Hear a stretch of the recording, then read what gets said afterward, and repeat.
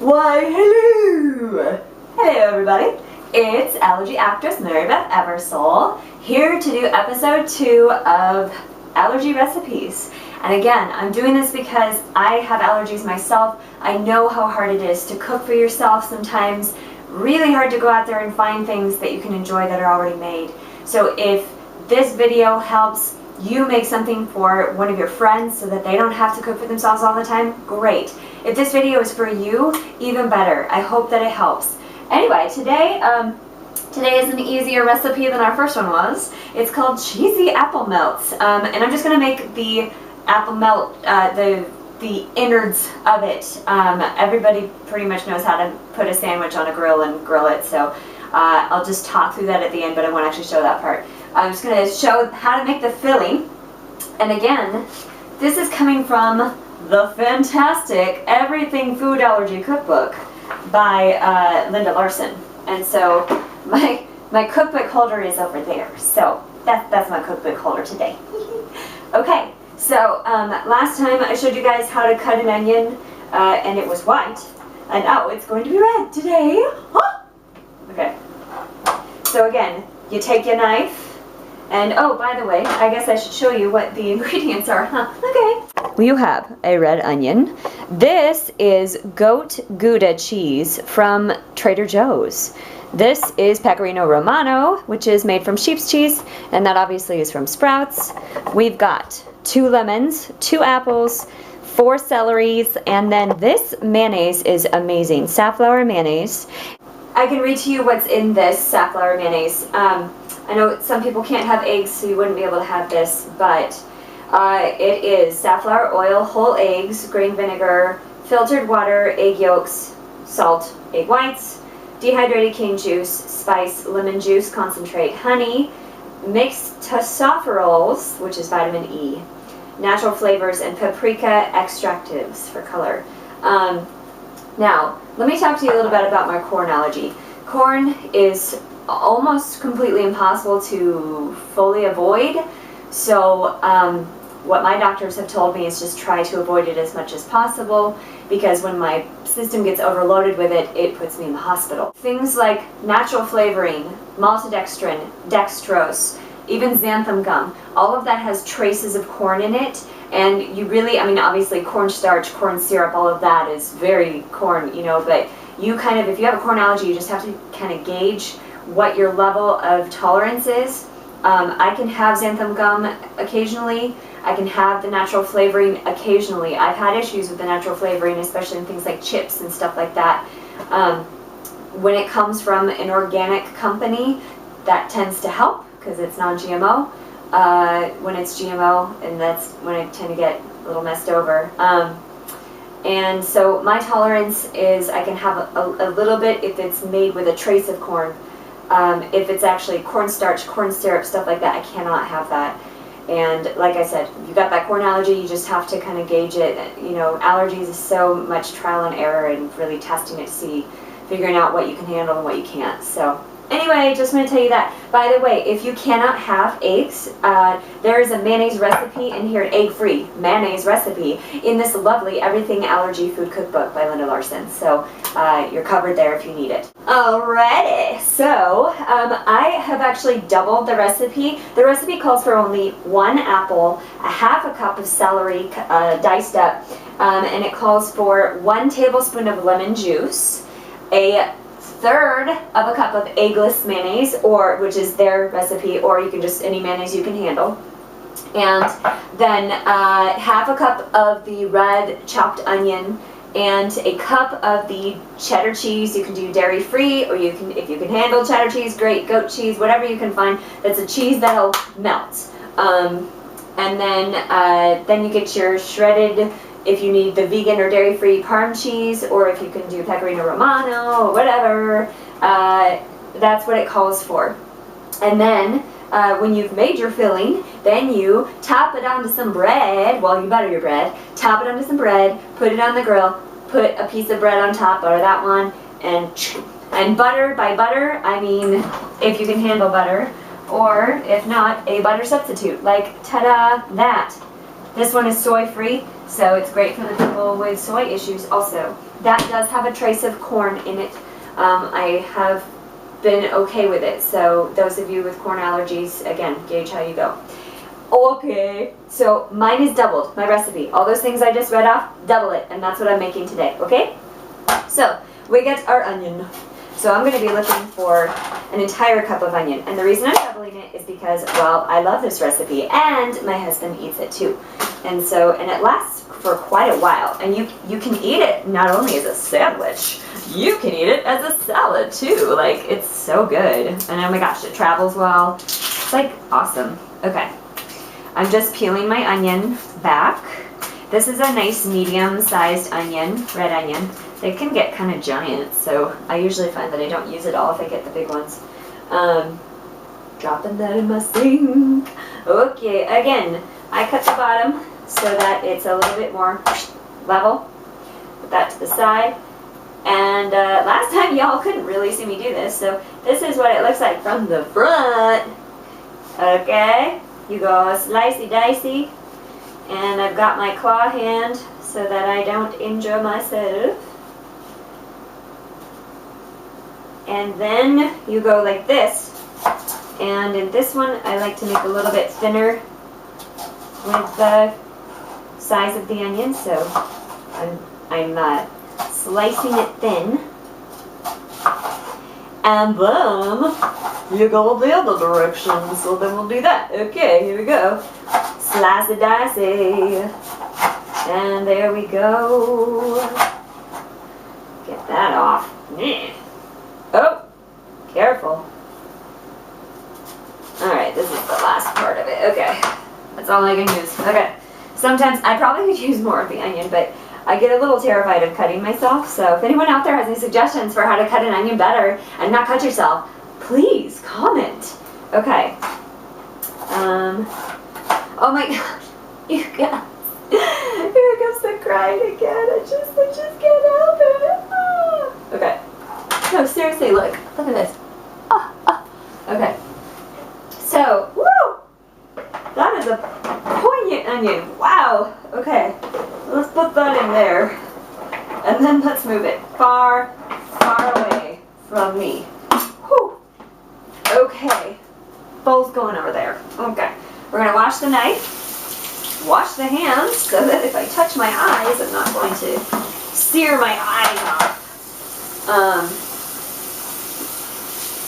The next thing you want to do is, you're basically just cutting these up and then mixing it all together. So the next thing I do is the celery.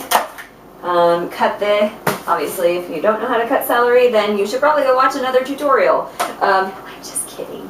I'll show you how to do it. So you cut off the ends, and if it came, I bought it from Trader Joe's, so they had the nice little tops already cut off, but you can cut off the tops. So you can actually use the tops for other cooking. You can use you can juice. Woo! Anyway, okay. So now you're just going to slice. Actually, I want these to be smaller, so I'm going to slice lengthwise, and then I'm going to slice and dice, because I like my celery to be smaller. I actually registered with a slight allergy to celery the last time I got tested, and I don't notice much of an issue, except sometimes I might have like an upset tummy if I eat too much celery. So I usually, in fact, this is probably too much celery for me to put in. I might just take one of those stalks away. But if you're not allergic to celery, use 4 if you're doubling the recipe. If you are not doubling the recipe, just use 2 stalks is usually enough to fill up half a cup. And if you are allergic to celery more than I am, don't use celery. One time I did this recipe and I tried fennel. It's not a good idea. It's not, doesn't taste good in this recipe, because fennel kind of tastes like black licorice to me, and yeah, that kind of ruined it. So anyway, that's all. So you get the celery diced up like this, and again, I'm slicing it lengthwise because I like the smaller chunks of celery. We're getting close to it being about the amount of celery that I wanted there. So, having too much fun with this show, you guys. Okay, I'm going to put this over here in the bowl where it's over here because the onion is overbearing. Okay. So far, this is what it looks like. Lovely. Okay. I usually like to put this recipe in a bowl that has a lid because at the end, it's really easy to then shake it, like put the lid on and just shake it instead of having to stir. I usually try to put all this stuff in before I make the sauce, which is just the mayonnaise and the lemon juice, and then shake it that way. And then I put the sauce in, and then I stir it, and it's, oh god, it's so good. So, okay, the next thing we're going to do is not the lemons. Next thing we're going to do is the apple, and I forgot my apple core. I'm going to grab it right now. So if you haven't invested in one of these, you should, because they're awesome. Mine actually needs to be sharpened. I don't know if you can sharpen these guys. Whoa, mine really needs to be sharpened. Wow. Well, this will be interesting. There you go. That is how you do that. Oops, there's some seeds. Came with that. So you just take that out, and then I'll do these one at a time. So normally, like I said, this recipe calls for 1 apple normally. So you core it and get it sliced like that, and then you cut it into small chunks, like you know, inch chunks, whatever size you really like to be able to fit into a sandwich or have in a salad. That's the size I would cut it to. I like big chunks again because I am a big chunk fan. And that's what I like to do. So, I don't get that seed in there. Go away! Okay. Yeah. So here we've got this going. I'll probably cut this out so that, because you know how to cut an apple. You know how to cut apples. Alright, you guys. Almost to the first apple. Then we gotta get to a second apple. So this going in the bowl. And there you go. And now the second apple. Here comes the strong arm again.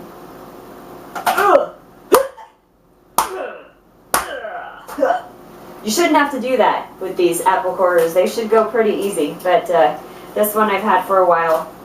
Probably time to invest in a new one. Yeah. So, okay.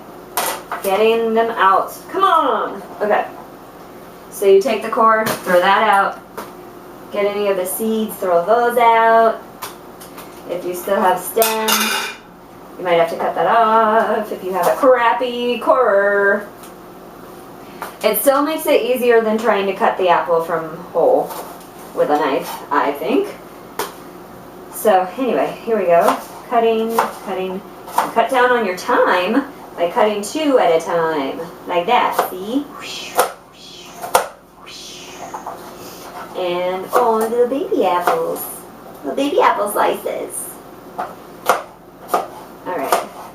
Almost done. Boom. Boom. Alright. So there's the apples. It's not so nice. Alright. Now, so the next order is, you can do the lemons next if you want. Obviously that's what I want to do because that's what I'm doing. So do the lemons next. And then make sure that you wash and dry your knife, because if you have a cheese cutter, do you remember those like Velveeta cheese cutter things that have like the metal string or whatever it is that cuts that would cut the Velveeta? I had one as a kid growing up. I don't have it anymore, but I noticed that that's what they use at Whole Foods to cut big blocks of cheese, and I would just absolutely love one of those again, because I have to say cutting through this cheese is like, it's not fun. So anyway, okay, so you want, for the lemon, you want 2 tablespoons if you're doubling it, or just 1 tablespoon of juice if you are doing the regular recipe. And so I like these juicer things. I mean, you can do it in your hand, but and catch the, you know, seeds. But if you have any little cuts on your hand, it doesn't feel good. And also, I feel like the juice doesn't go through my hand very well. So I like the juicer because it catches the seeds and it gets the juice in there. Plus, it measures it. There's a little measuring thing there, so which is really nice. I'm right-handed, so sorry y'all are getting a view of my arm again. Although I did a better job with the onion, didn't I? Okay, so we've got the lemon juice. That's about 2 tablespoons. I will put it next to the bowl. Don't put it in the bowl yet, because now we want to slice up the cheese. Now, they call for 1 cup of cheese for the regular serving, so I kind of eyeball the amount of cheese that I want to use if I'm doubling the recipe, because that can be a lot of cheese. And you want to cut it into like 1-inch cubes, because again, you want the cheese to be able to melt. See how hard this is? Oh, I'm lifting my foot off the floor. It's so difficult. So you want to be able to have the cheese melt pretty easily if it's put into a sandwich, or if you're eating this as a salad, it tastes like macaroni salad. Y'all remember the mayonnaise macaroni salad? It's so good. It's not the healthiest for you, but it's really good. And for those of us with allergies, sometimes you get sick of eating healthy all the time. So anyway, but yeah, the 1-inch cheese is good. I lost my train of thought, y'all. I don't know what I was talking about. Anyway, so this is about the size that I use because it melts nicely. It's also a nice like chunk of cheese. So it looks like this is actually going to work out to be the right amount of cheese that I want in this salad.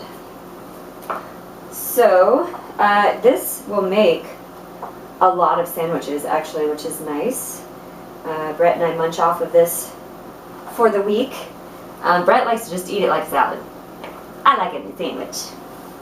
Because getting to enjoy bread when you are allergic to wheat is like a treat. And so finding bread that actually tastes good, that's gluten-friendly, is not so easy. Not such a treat. But there are some out there. I'll show you. I'll show you my brand of bread that I use. It's so good. Oh, it's so good. Here it is.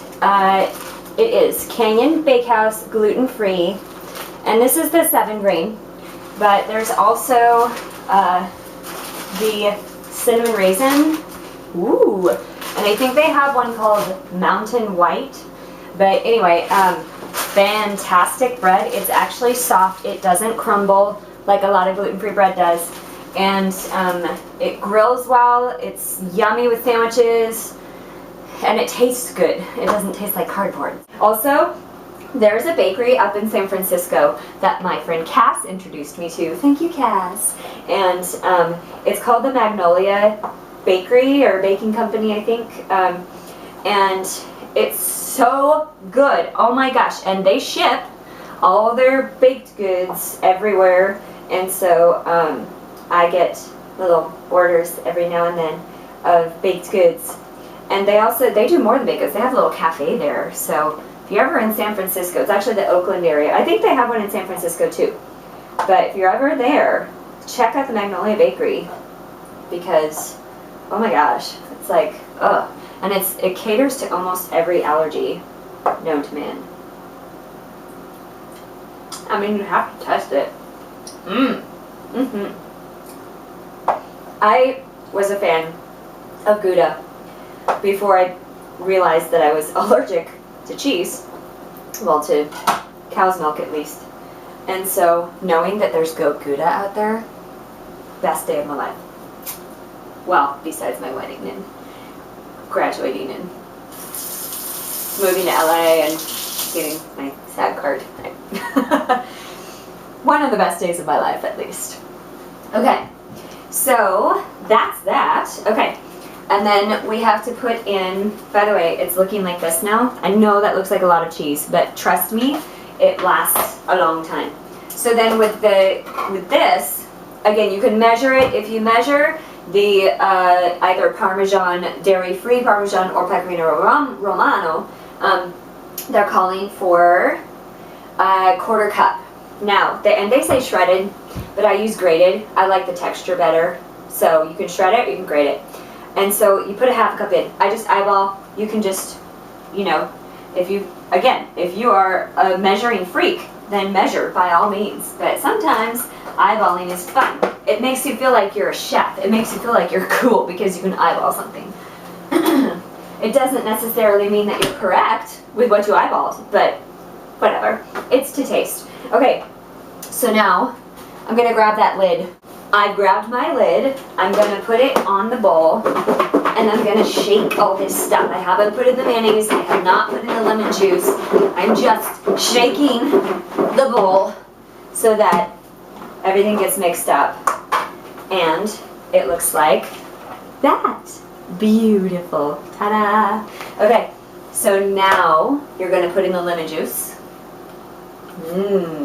1 tablespoon if you're doing the regular recipe, 2 if you're doubling it. I am doing 2. That goes in the sink. And then the mayonnaise. So the mayonnaise, they called for a 1/3 cup, I think, for the regular recipe. And so we'll do 2/3 of the mayonnaise. And again, I kind of just eyeball this because I don't want to dirty up another dish. So that looks like a 1/3 cup. And there we go. So now we stir. And if it looks like it's not enough, then we'll add a little bit extra. But this looks like it's going to be plenty.